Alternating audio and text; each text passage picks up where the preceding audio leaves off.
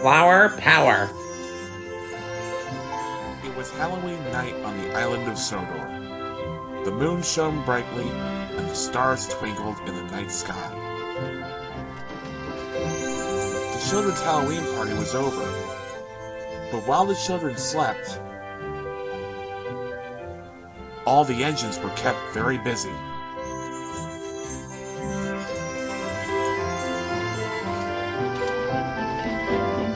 Thomas was alone at Tibbet's sheds when Sir Topham Hatt arrived. He was still in his Halloween costume. You are to collect flour from the mill and take it to the bakery. He boomed. You are to work with only Diesel. The island needs its morning toast, and Lady Hat and I need our English muffins. He added sternly. So I'll have no mishaps tonight. Thomas didn't want to work with Diesel, but he wanted to be really useful.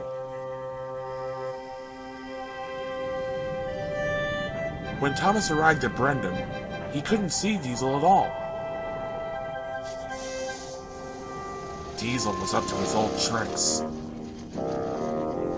He rolled up behind Thomas and went... Boom! Whoa! Just a silly old steamy to be scared on Halloween. Diesel sneered. I'm not a scared engine, Said Thomas firmly. We'll see. Oiled Diesel. Thomas and Diesel headed for the flour mill. Diesel teased Thomas with every click and every clack. When they arrived at the woods, Diesel cried, It's the haunted forest. and he called out, Whoa, Thomas! in a spooky voice. Stop it! Said Thomas crossly. But the breeze blew, and the branches creaked. Diesel's teasing made it seem spooky indeed.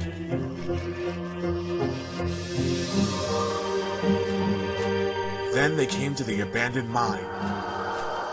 The buildings were deserted, but they could hear a banging noise. What was that? Cried Thomas. Sounds like the ghost looking for a steamy to scare. Well, I'm not scared. Said Thomas. But he wished he felt as brave as he sounded.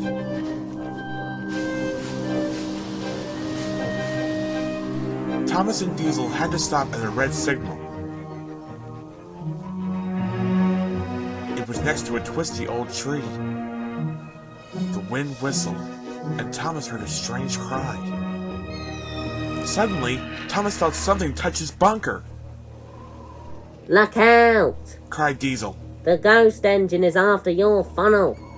Cinders and ashes! Gasped Thomas. And he let out a frightened peep. Scaredy engine, scaredy engine. Diesel teased. Thomas was very cross with Diesel. He wanted to pay him back for all his teasing. Thomas and Diesel arrived at the flour mill.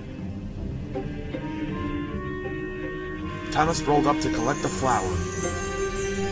Then, Thomas had an idea. We'll see who's a scared engine. He puffed.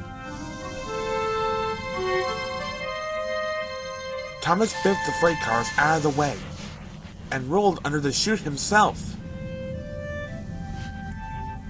When Thomas popped out the other side, he was covered from dome to buffer in pure white flour. Whoa! He said spookily. It's the ghost engine. Cried Diesel. It's come to get me.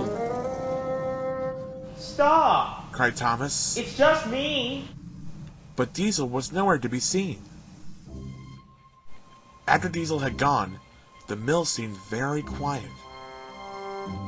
But there was still work to do, The island needs its bread, thought Thomas. and Sir Topham Hatt needs his English muffins.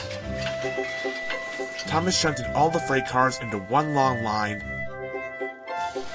and he set off for the bakery, all alone.